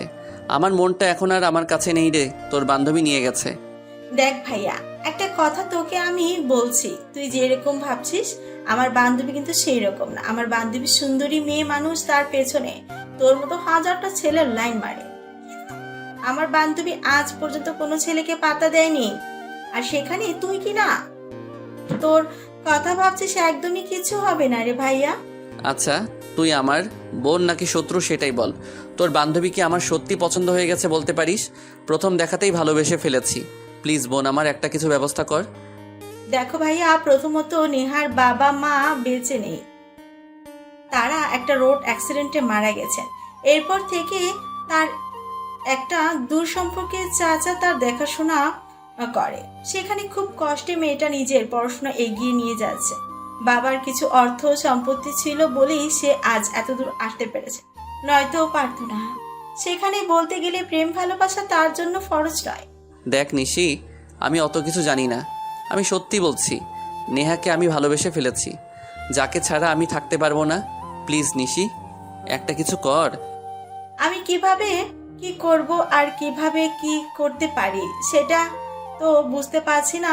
দেখো ভাইয়া, আসলে দেখা মোবাইল ফোন ইউজ করে না, সে যদি মোবাইল ফোন ইউজ করতো তাহলে আমি তার মোবাইল নাম্বারটা আমি জোগাড় করে দিতে পারতাম। কিন্তু আধুনিক যুগে এসেও অনাধুনিক যুগে রয়ে গেছে নেহা। সেটা কোনো সমস্যা নয়, আমি কালকে একটা মোবাইল কিনে দেব। সেটা তুই তোর বান্ধবীর কাছে পৌঁছে দিতে পারবি তো তাহলেই হয়ে যাবে, আর কিছুই করতে হবে না তোকে। সে আমি নেহার হাত পর্যন্ত পৌঁছে দিতে পারবো, কিন্তু নেহা সেটা একসেপ্ট করবে কিনা আমি আদৌ জানি না, কারণ নেহা কখনোই অপরিচিত কারোর দেয়া কিছু গ্রহণ করে না। আর সেখানে তুমি একটা ছেলে মানুষ, সেটা রিসিভ করবে কিনা আমি বলতে পারছি না। প্লিজ নিশি, আমি তোর বড় ভাই হিসেবে তোকে রিকোয়েস্ট করে বলছি, তুই আমার এইটুকু উপকার কর, তারপর তুই আমার কাছে যা চাইবি আমি তোকে তাই দেব, কোনো কিছুরই কমতি রাখবো না। ঠিক আছে, কোনো সমস্যা নেই। তাহলে তুই একটা কাজ কর, আগামী মাসেই তো তো লন্ডন যাওয়ার আছে, তুই সেখানে থেকে আমার জন্য আইফোন 15 প্রো ম্যাক্স নিয়ে আসিস, তাহলে হবে। আর যদি তুই আমার শর্তে রাজি না হোস তাহলে আমি তোর জন্য কিছুই করতে পারবো না, আর তুই নিজের চিন্তা নিজেই কর। বোন আমার, তুই আমার কাছে যা চাইবি আমি তোকে তাই দেব। তুই আইফোন 15 প্রো ম্যাক্স চাস তো আমি তোকে এটাই এনে দেব, কিন্তু প্লিজ তুই নেহার সঙ্গে আমাকে একটু সেটিং করিয়ে দে। ঠিক আছে, এখন যা, এখন আর আমাকে পা মারিস না। আগামীকাল বিকেলে আমি যখন কলেজ থেকে বের হব তখনই তুই নিশির জন্য কিনে আনা ফোনটা আমার হাতে পৌঁছে দিস, তাহলেই হবে। তোকে আর কিছু করতে হবে না, বুঝতে পেরেছিস? ওকে মাই ডিয়ার সুইট সিস্টার, আমি যথাসময়ে জিনিসটা তোর হাতে পৌঁছে দেব লক্ষ্মী বোন আমার। তুই শুধু আমার ভালোবাসার মানুষটাকে আমার করে নিতে একটু সহযোগিতা কর। আচ্ছা বাবা, ঠিক আছে, এখন আর আমাকে পাম না দিয়ে এখান থেকে সর, আমি পড়তে বসবো। আমার পড়াশোনা করার সময় আমাকে একদম বিরক্ত করতে আসবে না। তখন নীল আর কোনো কথা না বলে চুপচাপ সেখান থেকে চলে গেল।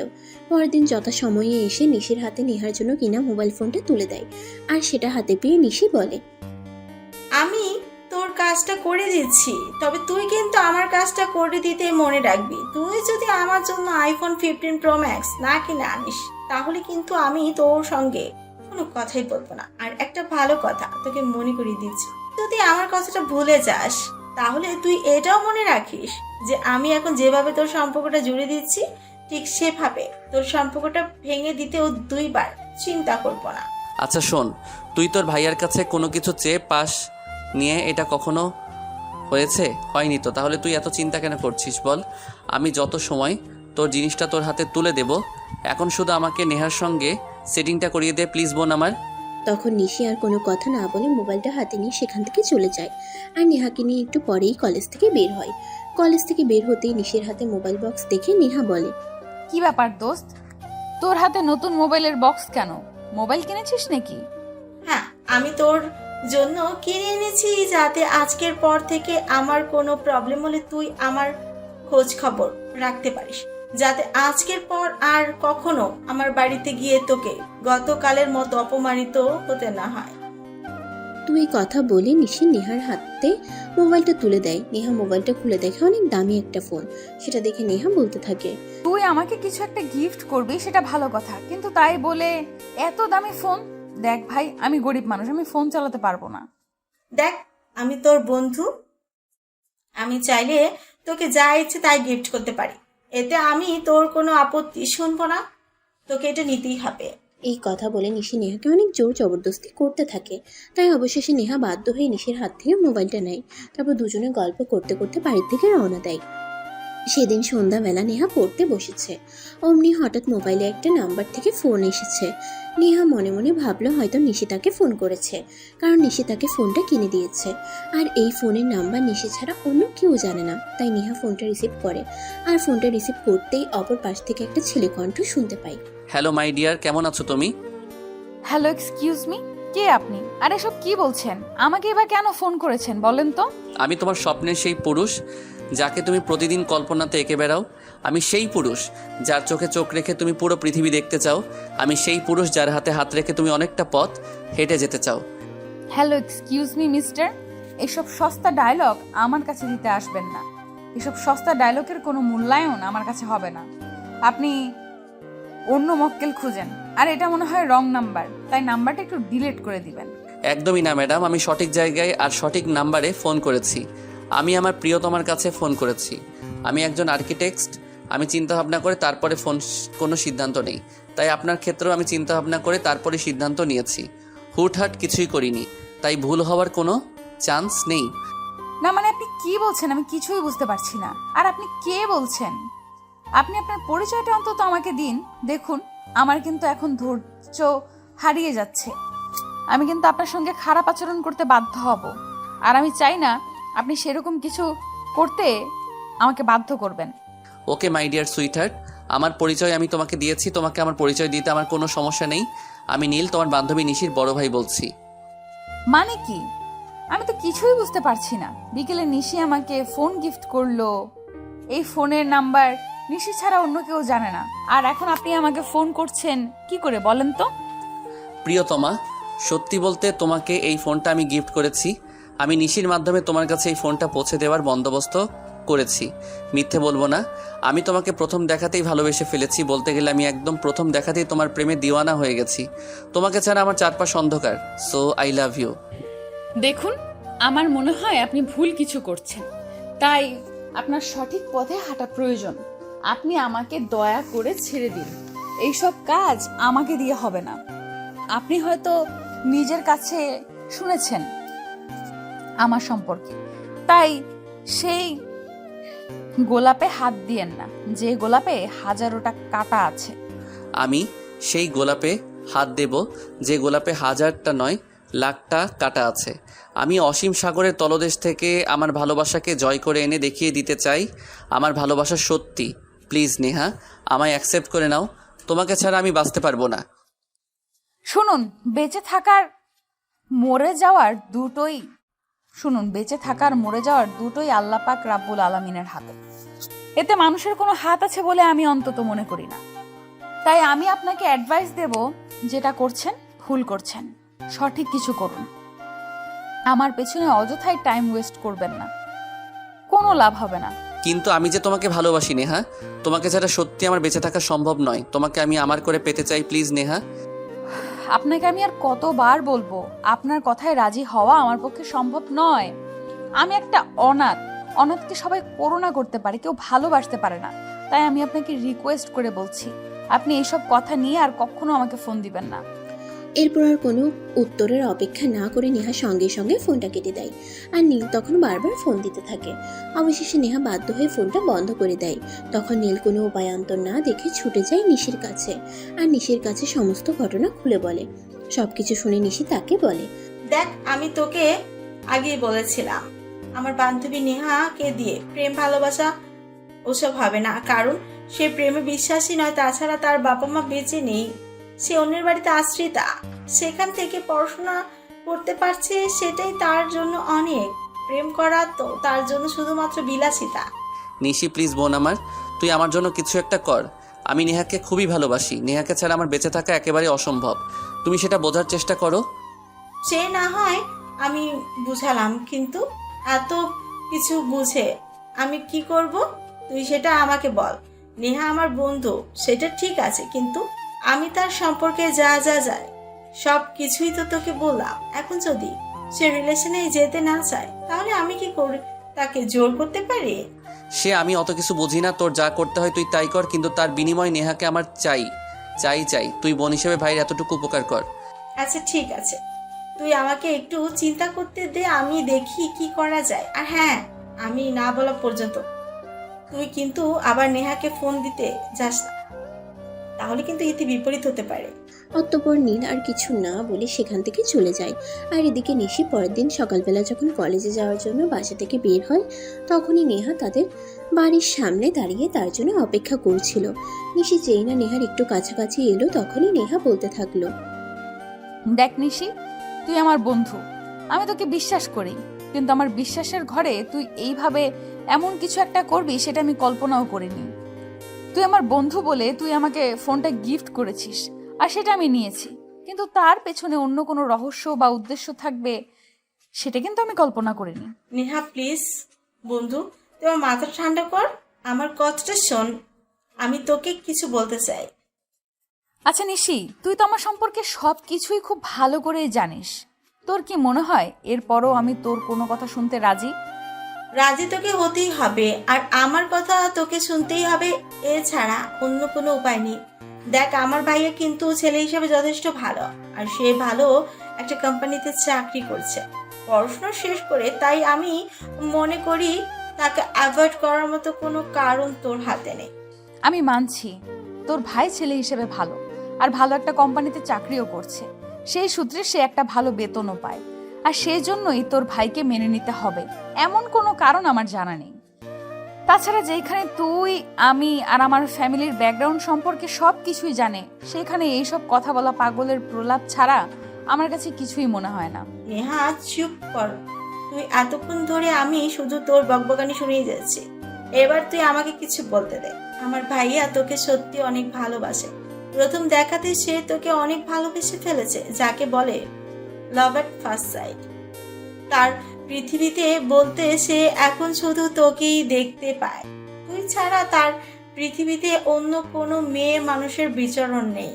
তাই আমি তোকে শেষবারের মতো রিকোয়েস্ট করে বলছি, তুই আমার ভাইকে প্লিজ একসেপ্ট করে নে। ধরলাম আমি তোর ভাইকে একসেপ্ট করেই নিয়েছি, কিন্তু তোর ফ্যামিলি, তোর মা, তোর বাবা, তাছাড়া তোরা তো জয়েন্ট ফ্যামিলিতে বিলং করিস। তোর ফ্যামিলির কেউ আমাকে কোনোদিনও একসেপ্ট করবে না। হাজার হোক, আমি একটা এতিম মেয়ে। তুই যদি অনাথ না হয়ে একটা বেদে কন্যাও হতি, তাহলে আমার ভাইয়া তোকেই চাইতো।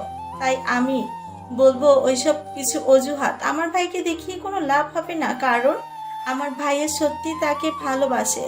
সে জাতকুল আর ধর্ম বর্ণ বিচার করে না। নিশি, আমি বুঝতে পারছি না তুই কেন এভাবে আমাকে জোরাজোরি করছিস। তুই তো জানিস আমি কখনোই আমার সিদ্ধান্তের বাইরে কোনো কিছু করি না, আর করতে পছন্দও করি না। তার কারণ হলো আমার ভাইয়া তোকে না পেলে দেবদাস হয়ে যাবে, সেরকমটাও নয়। এমনকি তোকে না পেলে সে সুইসাইড করবে, এমনটাও নয়। তোকে কাছে পেলে তার জীবনটা হয়তো খুব সুন্দর হয়ে সাজবে, আর নয়তো তার জীবনটা একটু অগোছালো হয়ে রয়ে যাবে। আর আমি তার বোন হয়ে এটা সহ্য করতে পারবো না, তাই বারবার তোকে রিকোয়েস্ট করতে ছুটে আসি। আচ্ছা ঠিক আছে, তুই আমাকে একটা দিন সময় দে, আমি একটা চিন্তা ভাবনা করি, তারপর তোকে আমার সিদ্ধান্ত জানাবো। এই কথাটা শোনা মাত্রই নিশি নেহাকে জড়িয়ে ধরে বলতে থাকে, তোর সিদ্ধান্তে অবশ্যই হ্যাঁ হতে হবে, কারণ আমি আমার ভাইকে হেরে যেতে দেখতে পারবো না। তুই আমার বান্ধবী, তোকে আমি যতটা ভালোবাসি তার চাইতে আমি অনেক বেশি ভালোবাসি আমার ভাইয়াকে। আমার ভাইয়া পরাজয় মেনে আমি নিতে পারবো না। প্লিজ তোর উত্তরটা যেন হ্যাঁই হয়। এরপর যেতে যেতে একটা দিন চলে গেল। পরের দিন ঠিক সময়ে নিশি নেহাকে ফোন করে। কি ব্যাপার দোস্ত, কেমন আছিস? আর আমি তোকে কিছু জানাতে বলেছিলাম, সেটার কি খবর? এই তো আছি ভালোই, আর এখন থেকে হয়তো আর একটু ভালো থাকবো, কারণ আমি তো ভাইয়ের সঙ্গে রিলেশনে যেতে রাজি। আর তোর ভাইয়ের সাথে রিলেশনে গেলে হয়তো তোর ভাইয়া আমাকে আর একটু বেশি কেয়ার করবে, তাই হয়তো একটু বেশি ভালো থাকবো। হ্যাঁ, সেটা তো অবশ্যই। সত্যিকারের পুরুষের ভালোবাসা ভয়ঙ্কর রকমের সুন্দর হয়। তাহলে এই গুড নিউজটা আমি এক্ষুনি আমার ভাইয়াকে জানিয়ে দিই বলিস? যে বিষয়ে আমি কিচ্ছু জানি না, তোর যদি ইচ্ছা হয় তো এক্ষুনি তোর ভাইকে এইসব, সেই বিষয়ে আমি কিছু জানি না। তোর যদি ইচ্ছে হয় তো এক্ষুনি তোর ভাইকে এইসব কিছু জানিয়ে দিবে, তাহলে জানিয়ে দে। আর তুই যদি মনে করিস এখন তোর ভাইকে কিছু জানাবি না, তাহলে সেটাও তোর ব্যক্তিগত ব্যাপার, এই বিষয়ে আমি তোকে কিছুই বলবো না। নেহার কাছ থেকে এই কথা শুনে নেহাকে নিশি বলে, এরকম একটা আনন্দের সংবাদ লুকিয়ে রাখা যায় নাকি? আর আমি যদি এই আনন্দের সংবাদটা লুকিয়ে রাখি, তাহলে আমার ভাই আমাকে কি করবে সেটা তুই খুব ভালো করেই জানিস। তাই আমার মনে হয় এক্ষুনি আমার ভাইকে এই বিষয়টা জানিয়ে দেওয়া উচিত। আমি তোকে বললাম, তোর এই বিষয় নিয়ে আমার কোনো মাথা ব্যথা নেই, সে তোর যা ইচ্ছে করতে পারিস। এই কথা বলে নেহা ফোনটা কেটে দেয়। আর অপরদিকে নিশি ফোনটা কেটে দিতে দৌড়ে নিজের রুম থেকে বের হয়ে ভাইয়ার রুমে চলে যায়। আর গিয়ে দেখতে পায় ভাইয়া ব্যালকনিতে বসে উদাস মনে আকাশের দিকে তাকিয়ে আছে। তখনই হঠাৎ সে পিছন থেকে ভাইয়ার কাঁধে হাত রেখে বলতে থাকে, কি ব্যাপার ভাইয়া, কি হয়েছে তোর? তুই এভাবে উদাস মনে আকাশের দিকে তাকিয়ে আছিস কেন? তোর কি খুব বেশি মন খারাপ? দেখ, সবসময় এইভাবে ইয়ার্কি করতে আসিস না, কারণ তুই খুব ভালো করেই জানিস আমার মন খারাপ, আর কেন মন খারাপ সেটাও তুই খুব ভালো করে জানিস। তারপরও তুই এসব ইয়ার্কি করতে আসছিস কেন? কি বলবি বল, না হলে চলে যাচ্ছিস কেন? ভাইয়া, তুই এভাবে আমাকে বলতে পারলি? হাজার হোক, আমি তো তোরই বোন হই, আর বোনের সঙ্গে কেউ এভাবে আচরণ করে এটা আমার সত্যি জানা ছিল না। হ্যাঁ, যাই হোক, আমি তাহলে যাচ্ছি। যেটা বলতে এসেছিলাম সেটা আর বলা হলো না। এই কথাটা শোনা মাত্রই নীল থমকে গিয়ে পিছন ফিরে তাকায় আর বোনের হাত ধরে বলতে থাকে, না বলে চলে যাচ্ছিস কেন? তুই তো খুব ভালো করে জানিস এমনিতে আমার মন ভালো নেই। নেহাকে ভালোবাসার কথা বলতে গিয়েও বলতে পারলাম না। প্রেম শুরু হওয়ার আগেই মনে হয় শেষ হয়ে যাবে। তুই অত কিছু বললি না, তাই খুব মন খারাপ লাগছিল। যদি আমি এক্ষুনি আর এই মুহূর্তে তোর মনটা ভালো করে দিতে পারি, তাহলে তুই আমাকে কি দিবি সেটা বল। না রে, আমার মনে হয় এখন আর আমার মন ভালো করার মতো কোনো সংবাদ আমার সামনে আসবে না। যাই হোক, তারপর তুই যখন বলছিস আচ্ছা ঠিক আছে, তুই আমার কাছে যা চাইবি আমি তোকে তাই দেবো, আই প্রমিস। সত্যি বলছিস তো? আর ভেবে বলছিস তো? আমি যখন তোকে এই খুশির খবরটা দেব, তখন কিন্তু আমাকে সেটা দিতেই হবে, না হলে কিন্তু একদম হবে না, বলে দিলাম। এই যে আমি তোকে যে প্রমিস করলাম আর কথা দিলাম, তুই আমার কাছে যা চাইবি আমি তাই দেব। কিন্তু কি এমন খবর যেটা শুনলে আমার মন এমনিতেই ভালো হয়ে যাবে? তুই বল না, আমি তো দেরি সহ্য করতে পারছি না। নেহা তোর সঙ্গে সম্পর্ক করতে রাজি হয়েছে, তবে এর জন্য অবশ্য আমাকে অনেক কাঠ খড় পোড়াতে হয়েছে। নেহা কিন্তু এমনি এমনি তোর সঙ্গে সম্পর্কে যেতে রাজি হয়নি। কি বলছিস বন্ধু? সত্যি বলছিস তো? সত্যি সত্যি নেহা আমার সঙ্গে সম্পর্কে যেতে রাজি হয়েছে, নাকি তুই অকারণে মিথ্যা কথা বলছিস? কি বলছিস বোন? সত্যি বলছিস তো? সত্যি সত্যি মেয়েরা আমার সঙ্গে সম্পর্কে যেতে রাজি হয়েছে, নাকি তুই অকারণে মিথ্যা বলছিস?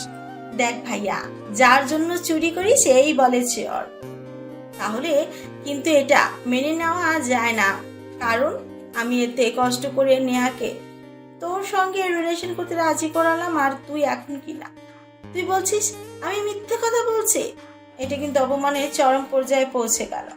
নিশির কথা শুনে নীল খুব ভালোভাবেই বুঝতে পারলো নিশি তার সঙ্গে সত্য কথাই বলেছে, একটুও মিথ্যে কথা বলছে না। তাই সে নিশিকে বলে, আই এম সো সরি, আমার ভুল হয়ে গেছে, আমাকে এবারের মতো ক্ষমা করে দে। আর কখনোই তোকে মিথ্যাবাদী বলবো না। আমি এখন নেহাকে ফোন করি, কি বলিস? সে তোর ইচ্ছে করলেই তুই নেহাকে ফোন করতে পারিস, আর না হলে নাই, তাতে আমার কি? আমি তো তোকে উপকার করতে গিয়ে মিথ্যেবাদী প্রমাণিত হলাম, এখন আবার আমাকে বলতে আসছিস কেন? আরে বাবা, বললাম তো সরি, আমার ভুল হয়ে গেছে, এবারের মতো প্লিজ তুই আমাকে ক্ষমা করে দে। আর তুই কি চাস সেটা বল। তুই আজ আমার কাছে যা চাইবি আমি তোকে তাই দেব। বেশি কিছু না, আজ বিকেলে নেহা আর আমি তোর সঙ্গে বের হব, আমাদের চাইনিজ খাওয়ালেই হবে। ওকে ঠিক আছে, কোনো সমস্যা নেই। তবে নেহাকে কিন্তু এই কথা তোরই বলতে হবে। আজ প্রথম দিনেই আমি নেহাকে এই কথা বলতে পারবো না, আর আমি বললেও হয়তো নেহা যাবে না। আচ্ছা ঠিক আছে, নেহাকে আমিই বলবো এই কথা, বলে নিশি সেখান থেকে চলে যায়। আর তখনই নীল রুমের দরজা বন্ধ করে সঙ্গে সঙ্গেই নেহাকে ফোন দেয়। দুবার রিং হওয়ার পরে নেহা ফোনটা রিসিভ করে, আর রিসিভ করতেই নীল বলতে শুরু করে, ও প্রিয়তমা, যখন ভালোই বাসবে তখন এতটা সময় নিলে কেন? জানো এই দুদিন আমার কতটা কষ্ট হচ্ছিল। আমার তো মনে হচ্ছিল আমি নিঃশ্বাস বন্ধ হয়ে একদম মরেই যাব। এই যে মিস্টার, দেখুন, আপনাকে ভালোবাসা আর আপনার সঙ্গে সম্পর্কে যাওয়া কোনোটারই ইচ্ছে আমার ছিল না। শুধু আপনার বোন অনেক রিকোয়েস্ট করে বলেছে, সেই জন্য হাজার হোক সে আমার বেস্ট ফ্রেন্ড বলে কথা। এইভাবে নীল আর নেহা দুজনে কথা বলতে থাকে আর তাদের মধ্যে প্রেম ভালোবাসা দৃঢ় হতে থাকে। এরপর চলে গেল আরো 2 মাস। ইতিমধ্যে নীল লন্ডন চলে গেছে তার ব্যবসার কাজে। তবে দূরে চলে গেছে বলে তাদের দুজনের মধ্যে যোগাযোগ বন্ধ সেরকমটা কিন্তু নয়। তারা কিন্তু প্রতিদিন রাতে ফোনে কথা বলে, মেসেঞ্জারে মেসেজেও কথা বলে। ভালোই কাটছিল তাদের সময়। তবে সেই ভালোটা আর বেশি দিন টিকলো না। নীল লন্ডনে যাওয়ার কয়েকদিন পরে নেহার চাচা হঠাৎ স্ট্রোক করে মারা যান। বিষয়টা সে পর্যন্তই নয়, নেহার চাচা মারা যাওয়ার পর নেহার চাচি নেহাকে বাড়ি থেকে বের করে দেন। আসলে উনি নেহাকে আগে থেকেই সহ্য করতে পারতেন না, শুধু নেহার চাচার ভয়ে তিনি নেহাকে কিছু বলতে পারতেন না। কিন্তু এখন যেহেতু নেহার চাচা নেই, তাই আর কোনো বাধাও নেই। তাই তিনি নির্দ্বিধায় নেহাকে বাড়ি থেকে বের করে দেন। একবার চিন্তাও করলেন না যুবতী একটা মেয়ে কোথায় যাবে, কি করবে, কোথায় থাকবে। এই কথাটা কোনোভাবেই নিশির কান পর্যন্ত পৌঁছায়। আর নিশি এই কথাটা শুনেই তার মাকে বলে, মা নেহাকে তার চাচি বাড়ি থেকে বের করে দিয়েছে। এসব তুই কি বলছিস? এমন যুবতী একটা মেয়েকে কেউ এভাবে বাড়ি থেকে বের করে দেয়? তাছাড়া নেহা তো ওনার নিজের সন্তানের মতো, তিনি কিভাবে পারলেন এই কাজটা করতে? আমিও তো এটাই বুঝতে পারছি না, উনি মানুষ নাকি অন্য কিছু? একটা মানুষ এরকম কাজ কোনোদিন করতে পারে? এটা তো আমার বিশ্বাসই হয় না। হ্যাঁ, এটা কোনো মানুষের কাজ হতে পারে না। আচ্ছা যাই হোক, নেহা এখন কোথায় আছে সেই বিষয়ে তুই কোনো আপডেট পেয়েছিস? যদিও আমি কনফার্ম কিছু জানি না, তারপরও আমি আমার এক পরিচিত জনের কাছে শুনেছি নেহাকে নাকি বাড়ি থেকে বের করে দেওয়া হয়েছে। তাদের বাড়ির সামনে একটা রাস্তায় আছে, সেখানে বসে কান্না করছে। আমি কি এ বিষয়ে ভাইয়াকে কিছু জানাবো? না না, তোমার ভাই বিদেশে একটা কাজে গেছেন, সে সব কিছু জানতে পারলে মন খারাপ করবে আর অযথাই টেনশন করবে। তাই আমি বলবো এই বিষয়ে তোমার ভাইকে এখন কিছু বলার প্রয়োজন নেই। আসলে আমরা আছি তো, চলো না দেখি আমরা কোনো সমাধান করতে পারি কিনা। আমরা কি সমাধান বের করব মা? আমি তো কিছুই বুঝতে পারছি না। তাছাড়া নেহার এই সময় অন্য কিছু না হোক, অন্তত বন্ধু হিসেবে তার পাশে দাঁড়ানো আমাদের কর্তব্য। কিন্তু কি করব? তুমি একটা কাজ করো এখনই, আর এক মুহূর্ত দেরি না করে আমাদের ড্রাইভারকে নিয়ে বেরিয়ে পড়ো। নেহা যেখানে থাকুক না কেন, যদি জীবিত থাকে তাহলে তাকে নিয়ে তারপর বাড়িতে ফিরবে, এটা আমার আদেশ। কিন্তু আম্মু, নেহাকে যদি আমি আমাদের বাড়িতে নিয়ে আসি তাহলে তো আমাদের বাড়িতেও ঝামেলা শুরু হয়ে যাবে। কারণ ছোট কাকিমা তো নেহাকে একদমই সহ্য করতে পারেন না। ছোট কাকিমার কথার মাঝে নেহা আমাদের বাড়িতে আসে, আর সেখানে কিনা আমি নেহাকে আমাদের বাড়িতে আনতে যাবো। সে অত কিছু তোমাকে আমি চিন্তা করতে বলিনি। তোমার ছোট কাকিমা যেমন এই বাড়ির বউ, তেমনি আমি এই বাড়ির বড় বউ হিসাবে তোমার ছোট কাকিমার চাইতে এ বাড়িতে আমার অধিকার বেশি। তাই আমি তোমাকে যেটা বলছি তুমি সেটাই করো। তুমি এখনই বাড়ি থেকে বের হও, আর নেহাকে না পাওয়া পর্যন্ত বাড়িতে ফিরবে না। তখন নিশি আর এক মুহূর্ত দেরি না করে বাড়ি থেকে সোজা বের হয়ে গেল আর তার পরিচিত জনে দেওয়া লোকেশনে পৌঁছে গেল। সে সেখানে পৌঁছে দেখতে পেল সত্যি সত্যি নেহা একটা গাছের নিচে বসে অনেক কানাকাটি করছে। নেহার এমন অবস্থা দেখে নিশির যেন একদম কলিজা ফেটে যাওয়ার মতো অবস্থা। কিন্তু সে নিজেকে দুর্বল না করে আস্তে আস্তে নেহার পাশে গিয়ে বসলো আর তারপর নেহাকে বলল, নেহা, তুমি এক্ষুনি আমার সঙ্গে চলো। আম্মু তোমাকে আমার সঙ্গে আমাদের বাড়িতে নিয়ে যেতে বলেছে। নেহা তখন নিশির গলার আওয়াজ শুনে চোখের জল মুছে তারপর নিশির দিকে তাকিয়ে বলতে লাগলো, আরে নিশি, তুমি কখন আসলে? আর আমি যেখানে আছি সেটা তোমাকে কে বললো? সব খবর কাউকে পৌঁছে দিতে হয় না, আমি নিজেই নিজের খবর পেয়ে ছুটে এসেছি। আম্মু আমাকে পাঠিয়েছে, বলেছে তোমাকে সঙ্গে নিয়ে যেতে। নিশি, আমাকে নিয়ে এত চিন্তা করো না। আমি কোনো রকমে কোথাও একটা থেকে যেতে পারবো, কিন্তু তোমাদের বাড়িতে গিয়ে তোমাদেরকে ঝামেলায় ফেলতে চাই না। প্লিজ নিশি, এখান থেকে চলে যাও। নেহা, এখন কিন্তু খুব বেশি বাড়াবাড়ি হয়ে যাচ্ছে। তুমি কিন্তু আমার কোনো কথাই শুনছো না। আমি তোমাকে কত করে বলছি, আম্মু বলেছে তোমাকে নিয়ে যেতে, আর এইদিকে তুমি বারবার আমার মুখের উপর বলেই চলেছো তুমি যাবে না। তুমি চেয়েছো, ওটা কি বলবে? আমি আবার কি চাইবো বলো? দেখো, আমি নিজেই সমস্যার মধ্যে আছি, সেখানে আমি তোমাদেরকে কেন অযথায় সমস্যায় ফেলতে যাব বলো? তোমাদের জয়েন্ট ফ্যামিলি, যদি জয়েন্ট ফ্যামিলি না হতো তাহলে আমি সেখানে গিয়ে থাকতে পারতাম, কিন্তু জয়েন্ট ফ্যামিলিতে বাড়তি মানুষ একটা কিরকম দেখায়। ঠিক আছে, আমি বুঝতে পেরেছি, আমার কথায় কোনো কাজ হবে না। দাঁড়াও, আমি এক্ষুনি আম্মুকে ফোন দিচ্ছি। এই কথা বলে নিশি আর এক মুহূর্ত দেরি না করে তার মাকে ফোন দেয় আর তার মা ফোনটা রিসিভ করতেই নিশি তার মাকে সবকিছু খুলে বলে। সবকিছু শোনার পর নিশির মা নিশিকে বলে নেহার কাছে ফোনটা দেওয়ার জন্য। নিশি তখন ফোনটা নেহার হাতে তুলে দেয় আর নেহা তখন বলে, আসসালামু আলাইকুম আন্টি। দেখুন আন্টি, নিশি এসব কি আবল তাবল বলছে। আমি সমস্যায় পড়েছি, সেটা আমি একাই হ্যান্ডেল করে নিতে পারবো, কিন্তু সেখানে আমি কেন অযথাই আপনাদের বাড়িতে গিয়ে আপনাদেরকে ঝামেলায় ফেলবো বলেন আন্টি? দেখো, এমন নয় যে আমি কোনো কিছু জানি না, আমি সব কিছু জানি। আর এটাও খুব ভালো করে জানি যে তুমি কিছুদিনের মধ্যেই আমার বাড়িতে আমার পুত্রবধূ হয়ে আসবে। যেখানে 2 দিন পর তোমাকে আসতে হবে, সেখানে 2 দিন আগে আসতে তোমার সমস্যা কোথায়? কিন্তু আন্টি, দেখো নি, আমি আর কোনো কিন্তু শুনতে চাইছি না। আমি 10 মিনিটের মধ্যে তোমাকে আমাদের বাড়িতে দেখতে চাই, এটাই আমার শেষ কথা। আর একটা কথা তুমি খুব ভালো করে শুনে রাখো নীল, আমার ছেলে সে কখন কি করবে না করবে সেটা তুমি আমার অনুমতি ছাড়া করবে না। সেজন্যই তোমাকে বলছি, কাইন্ডলি তুমি এক্ষুনি নিশির সঙ্গে আমাদের বাড়িতে চলে এসো। তখন নেহা আর কিছু বলতে চাইলেও অন্য কিছু বলতে পারল না। সে বাধ্য হয়ে তার জিনিসপত্র সবকিছু নিয়ে নিশিদের বাড়িতে চলে আসলো। নিশি আর নেহা দুজন যেই না বাড়িতে ঢুকতে যাবে অমনি তার ছোট কাকিমার সম্মুখীন হলো। এই মেয়ে, কি ব্যাপার, আগে তো মাঝে মাঝে নিশির সঙ্গে দেখা করতে আসতে, আজকে তো দেখছি একদম তল্পি তল্পা গুছিয়ে চলে এসেছো। বিষয়টাকে তোমার বলবে?